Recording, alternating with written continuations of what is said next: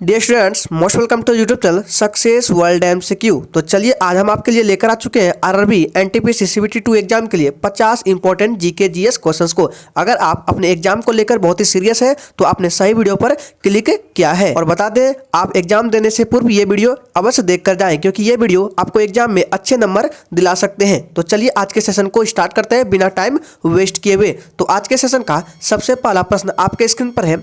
भारतीय अर्थव्यवस्था में इनमें से किस क्षेत्र को सेवा क्षेत्र के रूप में भी जाना जाता है? ऑप्शन है प्राथमिक क्षेत्र, द्वितीयक क्षेत्र, तृतीयक क्षेत्र या डी असंगठित क्षेत्र। अगर आपको इनमें से किसी भी प्रश्न का आंसर आता है तो आप कमेंट बॉक्स में दे सकते हैं।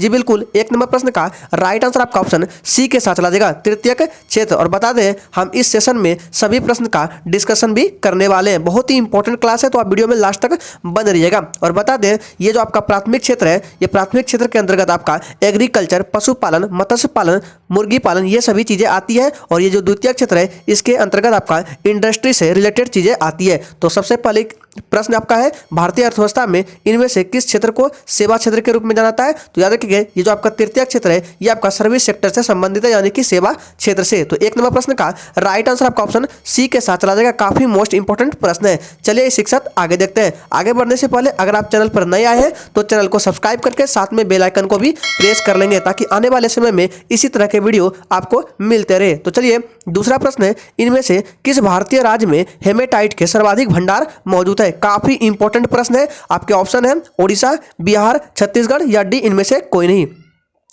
तो चलिए दूसरे का राइट आंसर आपका ऑप्शन ए के साथ चला देगा। क्या जाएगा? ओडिशा। ठीक है, याद रखिएगा, हेमेटाइट का सर्वाधिक भंडार आपका ओडिशा राज्य में अवस्थित है। ठीक है, क्या हो जाएगा? ऑप्शन ए इस प्रश्न का सही जवाब हो जाएगा। और बता दें, ये जो आपका हेमेटाइट है, हेमेटाइट को लौ अयस्क है। ठीक है, याद रखिएगा, हेमेटाइट आपका एक प्रकार का लौ अयस्क है। चलिए इस शिक्षा आगे देखते हैं। अगला प्रश्न आपके स्क्रीन पर है, विटामिन सी की कमी से इनमें से कौन सा रोग होता है? स्कर्वी, बेरी, गंडमाला या डी दृष्टिहीनता। तो चलिए तीसरे का राइट आंसर जो होगा आपका ऑप्शन ए के साथ चला जाएगा, स्कर्वी। ध्यान में रखना है, विटामिन सी की कमी से आपका स्कर्वी नामक रोग होता है। और ये जो आपके सामने ऑप्शन सी में है गंडमाला, ये आपका आयोडीन की कमी से होता है। ठीक है, और दृष्टिहीनता आप लोग जानते हैं, ये रतौंधी नामक रोग है, ये विटामिन ए की कमी से होता है। और बेरी जो है, ये विटामिन बी की कमी से होता है। और एक क्वेश्चन यहाँ से बता देते हैं कि विटामिन बी एंड सी जो है, ये जल में घुलनशील होते हैं। और बचे विटामिन ए, डी, ई और के, ये वसा में घुलनशील होते हैं। यहां से इतने सारे प्रश्नों को ध्यान में रखना है। चलिए शिक्षक आगे देखते हैं। अगला प्रश्न आपके स्क्रीन पर है, सतत विकास की अवधारणा को इनमें से किस रिपोर्ट द्वारा अस्तित्व में लाया गया था? ऑप्शन देख लीजिए, जोहान्सनबर्ग घोषणा, एजेंडा 21, रियो घोषणा या डी ब्रंटलैंड रिपोर्ट।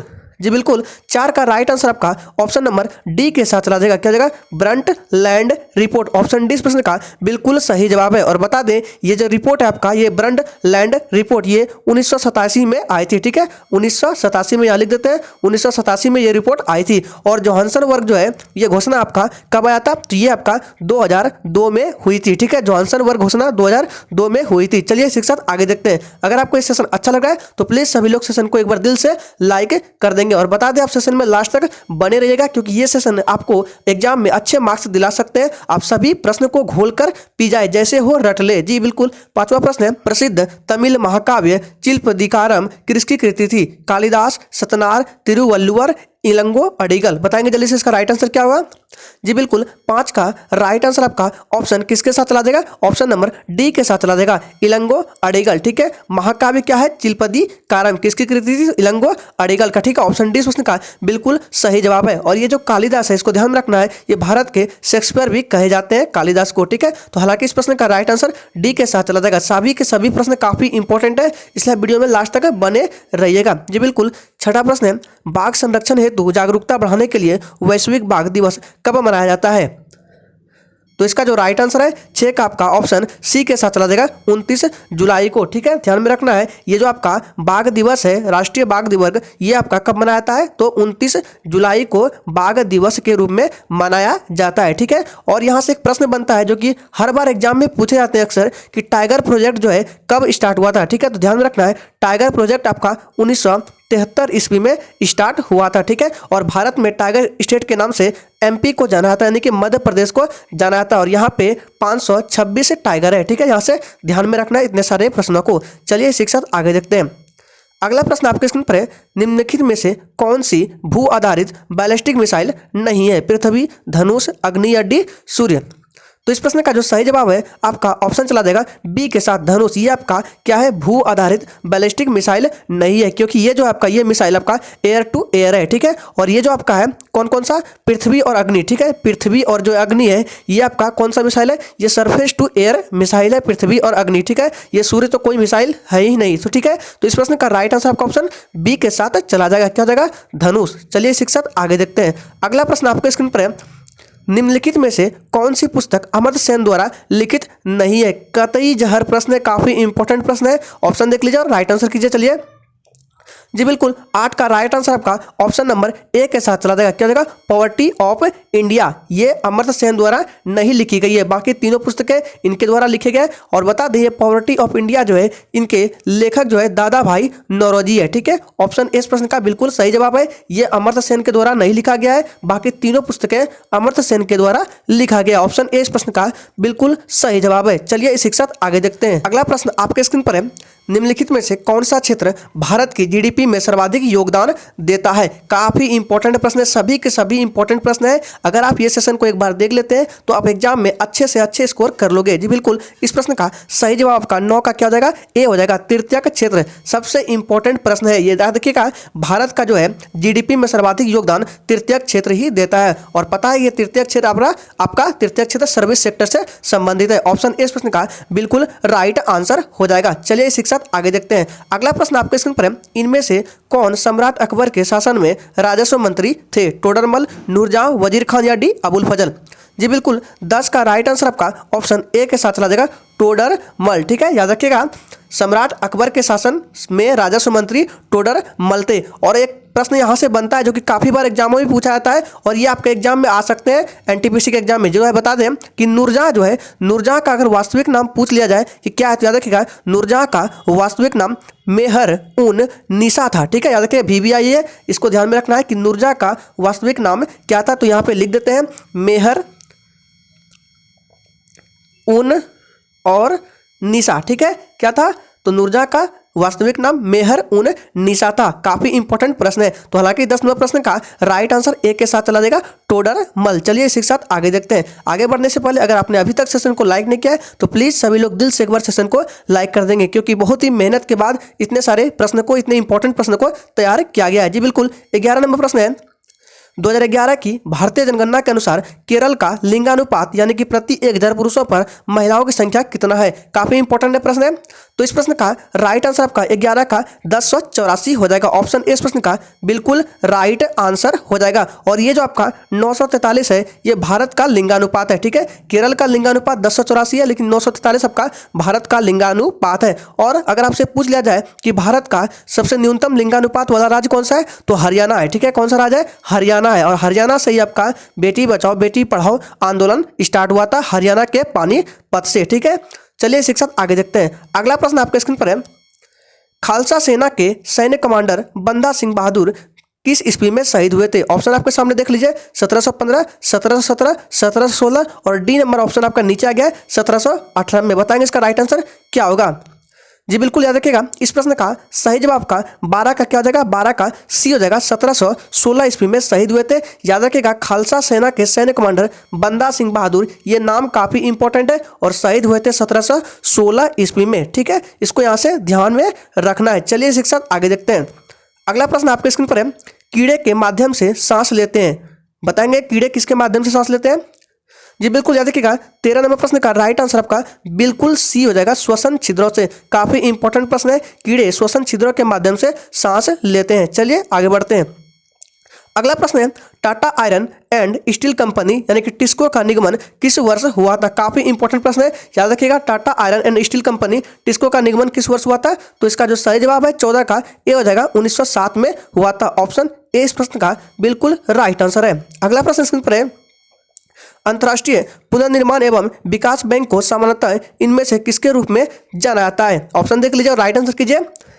जी बिल्कुल याद रखिएगा, 15 का राइट आंसर आपका ऑप्शन किसके साथ चला जाएगा, विश्व बैंक। ऑप्शन 20 प्रश्न का बिल्कुल सही जवाब हो जाएगा। ठीक है, अंतर्राष्ट्रीय पुनर्निर्माण एवं विकास बैंक को सामान्यतः विश्व बैंक के रूप में भी जाना जाता है। ऑप्शन 20 प्रश्न का बिल्कुल सही जवाब। सारे के सारे प्रश्न इंपॉर्टेंट है, तो आप इसको जैसे चाहे रट लीजिए, क्योंकि ये प्रश्न आपके एग्जाम में जरूर आएंगे। जी बिल्कुल, अगला प्रश्न है, भारत सरकार के मानव संसाधन विकास मंत्रालय द्वारा तैयार किया गया शिक्षा पोर्टल का नाम क्या है, साक्षात, एजुकेशन, NIOS या NCERT।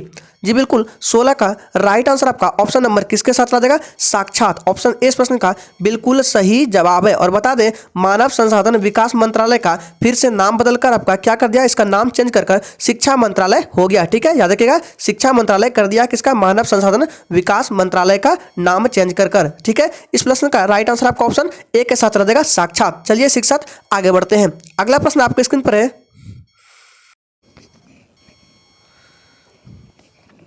निम्न में से क्या ताप नाभिकीय संलयन अभिक्रिया का एक उदाहरण है, हाइड्रोजन बम, नाभिकीय बम, दोनों, या डी नाभिकीय विद्युत उत्पादन। तो इस प्रश्न का सही जवाब जो है आपका ऑप्शन ए के साथ चला जाएगा, हाइड्रोजन बम। ये आपका नाभिकीय संलयन पर काम करता है, हाइड्रोजन बम। ठीक है, कभी कभी प्रश्न पूछ लिया जाता है कि सूर्य किस सिद्धांत पर कार्य करता है, तो याद रखिएगा, सूर्य भी जो आपका है नाभिकीय संलयन पर काम करता है। ठीक है, चलिए इसी के साथ आगे बढ़ते हैं। अगला प्रश्न आपके स्क्रीन पर है, सकल राष्ट्रीय उत्पादन में अवमूल्य घटाने पर प्राप्त राशि को क्या कहा जाता है, सकल घरेलू उत्पादन, निगम कर, शुद्ध राष्ट्रीय उत्पादन, या डी राष्ट्रीय उत्पादन। जी बिल्कुल, 18 का राइट आंसर आपका ऑप्शन नंबर किसके साथ चला जाएगा, डी के साथ चला जाएगा। क्या जाएगा, राष्ट्रीय उत्पादन। ठीक है, ऑप्शन डी प्रश्न का बिल्कुल सही जवाब हो जाएगा, राष्ट्रीय उत्पादन। चलिए इसी के साथ आगे देखते हैं। अगला प्रश्न आपके स्क्रीन पर है, महात्मा गांधी के नेतृत्व में असहयोग आंदोलन कब से कब तक चलाया गया था, बताएंगे इसका राइट आंसर।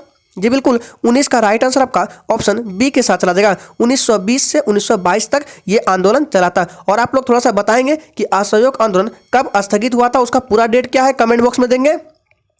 तो बता दें, असहयोग आंदोलन जो स्थगित हुआ था वो पूरा डेट है आपका 12 फरवरी 1922। ठीक है, क्या है, 12 फरवरी 1922 है असहयोग आंदोलन का स्थगित का डेट। ठीक है, और बता दें, चौरा चौरी कांड की वजह से यह स्थगित हुआ था, और चौरा चौरी कांड यूपी के गोरखपुर में हुआ था। हालांकि इस प्रश्न का राइट आंसर बी के साथ चला जाएगा। बार बार बोल रहे हैं, अगर आप एग्जाम को लेकर सीरियस है तो वीडियो में लास्ट तक बने रहिएगा, क्योंकि यहाँ से बहुत सारे प्रश्न आपके एग्जाम में आने वाले हैं। अगला प्रश्न है, भारत के किस राष्ट्रपति को मिसाइल मैन के रूप में जाना जाता है, काफी इंपॉर्टेंट प्रश्न है, बताएंगे इसका राइट आंसर क्या होगा। जी बिल्कुल, इसका राइट आंसर आपका ऑप्शन किसके साथ चला जाएगा, बी के साथ चला जाएगा, डॉक्टर APJ अब्दुल कलाम आजाद को भारत के मिसाइल मैन के रूप में जाना जाता है। ऑप्शन क्या जाएगा, 20 प्रश्न का बिल्कुल सही जवाब हो जाएगा। यहाँ पे बी को निशान लगा रहे हैं। चलिए इसी के साथ आगे बढ़ते हैं। और एक प्रश्न यहाँ से बताते हैं, ये जो ज्ञानी जैल सिंह है, ये भारत के प्रथम सिख राष्ट्रपति है, कभी कभी पूछ लिया जाता है। और बता दें, ये जो डॉक्टर APJ अब्दुल कलाम है, इनका एक फेमस बुक है, क्या है, विजन 2020। याद रखिएगा, विजन लिख देते हैं, vision 2020 doctor APJ Abdul Kalam की एक बुक है, बहुत ही फेमस है। चलिए इसी के साथ आगे बढ़ते हैं। अगला प्रश्न आपके स्क्रीन पर है, जीने का अधिकार भारतीय संविधान के किस अनुच्छेद के तहत प्रदान किया गया है। तो इसका जो राइट आंसर है आपका ऑप्शन नंबर किसके साथ जाएगा, बी के साथ चला जाएगा, आर्टिकल 21। ऑप्शन 20 प्रश्न का बिल्कुल सही जवाब है। और ये आपका आर्टिकल 16 है, इसमें क्या है, अवसर की समानता है। और आर्टिकल 14 में क्या है, विधि के समक्ष समानता है। ठीक है, चलिए शिक्षक आगे देखते हैं। अगला प्रश्न आपके स्क्रीन पर है, इस्पात को कठोरित करने के लिए किस रासायनिक तत्व की आवश्यकता होती है, निकेल, क्रोमियम, वेनेडियम, या डी मैग्नीज। तो इस प्रश्न का राइट आंसर आपका ऑप्शन 22 का किसके साथ जाएगा, डी के साथ चला जाएगा, मैग्नीज। ऑप्शन डी इस प्रश्न का बिल्कुल सही जवाब है। और एक चीज बता दें यहाँ से कि अगर आपसे पूछ लिया जाए कि जंग रोधी इस्पात बनाने में किसका उपयोग किया जाता है, तो ध्यान रखिएगा, जंग रोधी इस्पात बनाने में आपका क्रोमियम का उपयोग किया जाता है। हालांकि इस प्रश्न का राइट आंसर आपका ऑप्शन डी के साथ चला जाएगा, मैग्नीज। चलिए आगे बढ़ते हैं। अगला प्रश्न है, Tata institute of fundamental research की स्थापना किसके द्वारा निर्देशन में की गई थी, बताएंगे इसका राइट आंसर क्या होगा। जी बिल्कुल, याद रखिएगा, इस प्रश्न का सही जवाब आपका क्या जाएगा, 23 का आपका ऑप्शन ए के साथ रह जाएगा, doctor Homi J Bhabha. Option A इस प्रश्न का बिल्कुल सही जवाब है। प्रश्न क्या है, Tata institute of fundamental research की स्थापना किसके दिशा निर्देशन में की गई थी, डॉक्टर होमी जे भाभा। काफी इंपॉर्टेंट प्रश्न है, इसको ध्यान में रखना है। चलिए शिक्षक आगे देखते हैं। अगला प्रश्न आपके स्क्रीन पर है, निम्नलिखित में से कौन सी अंडमान और निकोबार द्वीप समूह की जनजाति है? बताएंगे इसका राइट आंसर क्या होगा। जी बिल्कुल याद रखिएगा 24 का राइट आंसर आपका डी हो जाएगा 11वां। काफी इंपॉर्टेंट प्रश्न है और ध्यान में रखना है, अगर आपसे पूछे कि भारत में जातियों में सबसे आबादी वाला जाति कौन सा है तो याद रखिएगा भील जनजाति की आबादी सबसे अधिक है सभी जनजातियों में। ठीक है, कौन सा? भील। इसको ध्यान में रखना है कि भील जनजाति की आबादी सभी जनजातियों के तुलना में सबसे अधिक है। चलिए इसी के साथ आगे बढ़ते हैं। अगला प्रश्न है सभी कोयले में से उत्तम कोयला कौन सा है? यह प्रश्न थोड़ा सा इजी है जी बिल्कुल याद रखिएगा। इस प्रश्न का राइट आंसर आपका ऑप्शन डी के साथ चला जाएगा एंथ्रासाइड। ये आपका सबसे उत्तम प्रकार का कोयला है। ठीक है, और सबसे लो आपका आप लोग जानते हैं पीट है। चलिए आगे बढ़ते हैं। अगला प्रश्न है अक्सर वृद्ध गंगा या दक्षिण गंगा कहलाने वाली नदी कौन सी है? महानदी, कृष्णा, गोदावरी या डी कावेरी? जी बिल्कुल याद रखिएगा इसका सही जवाब आपका ऑप्शन सी हो जाएगा गोदावरी। ऑप्शन सी बिल्कुल राइट आंसर हो जाएगा। अगला प्रश्न आपके स्क्रीन पर है निम्नलिखित में से कौन सा राज्य जम्मू कश्मीर की सीमा पर है? हरियाणा, उत्तराखंड, पंजाब या डी चंडीगढ़? और जो भी इस सेशन को पहली बार देख रहे हैं वो प्लीज उनसे रिक्वेस्ट है कि वे चैनल को भी सब्सक्राइब करके रख लेंगे ताकि आने वाले समय में इसी तरह के वीडियो आपको मिलता रहे। तो 27 का राइट आंसर क्या हो जाएगा? सबसे पहले क्वेश्चन क्या है कि निम्नलिखित में से कौन सा राज्य जम्मू कश्मीर की सीमा पर है? तो इसका जो राइट आंसर है आपका ऑप्शन चला जाएगा किसके साथ? सी के साथ। ये पंजाब हो जाएगा। ऑप्शन सी इस प्रश्न का बिल्कुल सही जवाब है। अगला प्रश्न आपके स्क्रीन पर है कौन सा शहर ऑरेंज सिटी के रूप में भी जाना जाता है? कानपुर, नागपुर, नासिक या डी मुंबई? तो इस प्रश्न का सही जवाब आपका ऑप्शन बी के साथ चला जाएगा नागपुर। चलिए इसी के साथ आगे बढ़ते हैं। अगला प्रश्न आपके स्क्रीन पर है पादप कोशिका में राइबोसोम की खोज किसने की थी? ध्यान दीजिएगा यहाँ पादप कोशिका में पूछा जा रहा है कि ना कि जंतु कोशिका में। तो इसका जो राइट आंसर है आपका ऑप्शन ए के साथ चला जाएगा रॉबिन्सन व ब्राउन। अगर आपसे लेकिन पूछ दिया जाए कि जंतु कोशिका में किसने की थी तो जंतु कोशिका में की थी ई पैलाडे ने। ठीक है, ऑप्शन बी सही जवाब है। ई पैलाडे जंतु कोशिका में की थी, लेकिन पादप कोशिका में राइबोसोम की खोज रॉबिन्सन व ब्राउन ने की थी। चलिए आगे बढ़ते हैं। अगला प्रश्न है इनमें से कौन सा देश गेहूं का सबसे बड़ा उत्पादक है? तो इसका जो सही जवाब है आपका 30 का क्या हो जाएगा? सी हो जाएगा चीन सबसे बड़ा उत्पादक है। ठीक है, और सेकंड में आपका भारत है। ठीक है, और भारत में गेहूं सबसे ज्यादा पूछे कि भारत के किस राज्य में सबसे ज्यादा गेहूं उत्पादन होती है तो आपका यूपी हो जाएगा, लेकिन प्रति हेक्टेयर में पूछे तो पंजाब हो जाएगा। ठीक है, और अगर आपसे पूछे कि गेहूं में ध्यान दीजिएगा अगर आपसे पूछे कि गेहूं में कौन सी प्रोटीन होती है तो याद रखिएगा गेहूं में आपका ग्लूटीन नाम की एक प्रोटीन होती है गेहूं में। चलिए इसी के साथ आगे बढ़ते हैं। अगला प्रश्न है भारतीय संविधान की विशेषता क्या है? कठोर है, लचीला है, कठोर व लचीला दोनों है या इनमें से कोई नहीं? जी बिल्कुल याद रखिएगा 31 का राइट आंसर आपका ऑप्शन नंबर किसके साथ आ जाएगा? सी के साथ आ जाएगा कठोर व लचीला दोनों है। ठीक है, ऑप्शन सी बिल्कुल सही जवाब है। और सबसे कठोर जो है अमेरिका देश के संविधान है और सबसे लचीला ब्रिटेन का है। चलिए आगे बढ़ते हैं।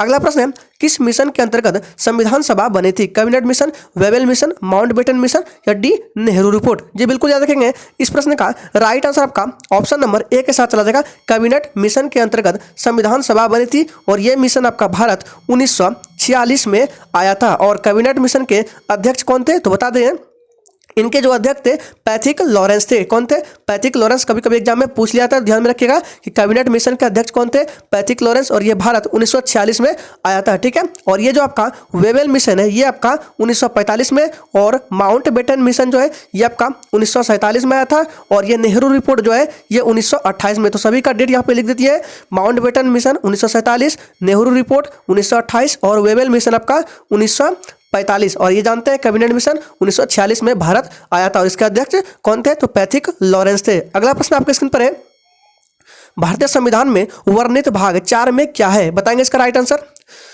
जी बिल्कुल याद रखिएगा 33 का राइट आंसर आपका ऑप्शन सी के साथ आ जाएगा लोक कल्याणकारी राज्य। ठीक है, ऑप्शन सी बिल्कुल सही जवाब है। अगर आपने अभी तक सेशन को लाइक नहीं किया है तो प्लीज दिल से एक बार सेशन को लाइक कर देंगे क्योंकि बहुत ही मेहनत के बाद क्वेश्चंस को तैयार किया गया है। जी बिल्कुल। अगला प्रश्न है निम्न में कौन सा यूएनओ का विशिष्ट अंग है? बताएंगे इसका राइट आंसर क्या होगा? काफी इंपॉर्टेंट प्रश्न है। जी बिल्कुल इस प्रश्न का राइट आंसर आपका ऑप्शन नंबर किसके साथ जाएगा? सी के साथ चला जाएगा। ठीक है, ऑप्शन सी बिल्कुल सही जवाब है। चलिए आगे बढ़ते हैं। अगला प्रश्न है अंतर्राष्ट्रीय न्यायालय जो कि मुख्यालय कहाँ पर है? द हेग जो कि नीदरलैंड में के किस पैलेस में स्थित है? ऑप्शन देख लीजिए और राइट आंसर कीजिए। जी बिल्कुल इस प्रश्न का राइट आंसर आपका ऑप्शन ए के साथ चला जाएगा पीस पैलेस में ये स्थित है। मोस्ट इंपॉर्टेंट प्रश्न और वीबीआई है। और बता दें ये जो आपका सेंट जेम्स पैलेस है ये जो आपका सेंट जेम्स पैलेस यहीं पर आपके सारे गोलमेज सम्मेलन हुए थे। ठीक है, कहाँ पर? सेंट जेम्स पैलेस में। तो इस प्रश्न का राइट आंसर ए के साथ चला जाएगा पीस पैलेस। अगला प्रश्न है किस संधि को मराठों का मैग्ना कार्टा कहा जाता है? काफी इंपॉर्टेंट प्रश्न और सिलेक्टेड प्रश्नों को लिया गया है। प्रश्न आपके सामने है, चलिए इसका राइट आंसर कीजिए।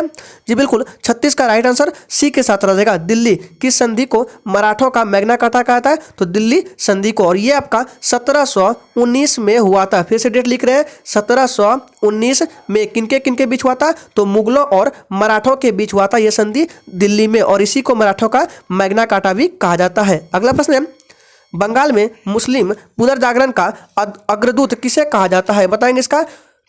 जी बिल्कुल याद रखिएगा, 37 का राइट आंसर आपका ऑप्शन सी के साथ चला जाएगा, अब्दुल लतीफ को। ऑप्शन सी इस प्रश्न का बिल्कुल सही जवाब हो जाएगा, ठीक है। और ये जो आपका मोहम्मद इकबाल है, इसको ध्यान में रखना है कि मोहम्मद इकबाल जो है, इन्होंने इशारे जहां से अच्छा लिखा था, ठीक है। चलिए शिक्षक आगे देखते हैं। अगला प्रश्न है, फादर ऑफ टैक्सोनॉमी क्या है? अरस्तु, लिनियस, रॉबिन्सन या डी फेराडे? मतलब कि फादर ऑफ टैक्सोनॉमी किसे कहा जाता है? जी बिल्कुल ध्यान में रखना है, इसका सही जवाब आपका लिनियस है, ठीक है। लेकिन कौन सा लिनियस बता दें, इसका पूरा नाम है क्या?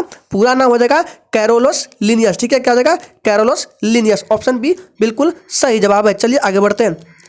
अगला प्रश्न आपके स्क्रीन पर है, करोड़ इनामी राशि का गांधी पीस प्राइज 2020 किसे प्रदान किया गया? ऑप्शन देख लीजिए और राइट आंसर कीजिए। जी बिल्कुल 39 का राइट आंसर आपका ऑप्शन बी के साथ चला जाएगा। क्या जाएगा? शेख मुजीबुर रहमान को ही करोड़ इनामी राशि का गांधी पीस 2020 में मिला था। किनको? शेख मुजीबुर रहमान। और बता दें, इनको बांग्लादेश का गांधी के नाम से भी जाना जाता है, शेख मुजीबुर रहमान को, ठीक है। और 2019 में किसे मिला था ये प्राइज? और ये 2019 में ये प्राइज मिला था कबूस बिन, किसको? कबूस बिन सईद को 2019 में मिला था। और ये प्राइज कब स्टार्ट हुआ था? तो उनको भी बताते हैं। ये जो आपका प्राइज है, ये आपका प्राइज 1995 से स्टार्ट हुआ है, ठीक है। चलिए शिक्षक आगे देखते हैं। अगला प्रश्न है, वर्तमान में राष्ट्रीय महिला आयोग के अध्यक्ष कौन है? ये करंट से प्रश्न लिए गए हैं, चलिए बताएंगे। ये इंपॉर्टेंट प्रश्न है। जी बिल्कुल इसका सही जवाब आपका ऑप्शन किसके साथ जाएगा? रेखा शर्मा। ऑप्शन बी बिल्कुल सही जवाब हो जाएगा। क्या है? राष्ट्रीय महिला आयोग के अध्यक्ष रेखा शर्मा, ठीक है, ध्यान में रखना है। और बता दें, ये जो आपका है शिवांगी सिंह, बता दिए शिवांगी सिंह है, ये राफेल उड़ाने वाली प्रथम भारतीय महिला है, शिवांगी सिंह। अगला प्रश्न है, मध्य पाषाणिक प्रसंग में पशुपालन के प्रमाण कहाँ मिले, वह स्थान क्या है? काफी इंपॉर्टेंट प्रश्न है, बताएंगे इसका राइट आंसर। जी बिल्कुल इसका राइट आंसर आपका ऑप्शन किसके साथ जाएगा? सी के साथ चला जाएगा, आदमगढ़। और यह आदमगढ़ आपका मध्य प्रदेश में है, ठीक है। लिख देते हैं यहाँ पे मध्य प्रदेश, ठीक है, एमपी। चलिए इसी के साथ आगे देखते हैं।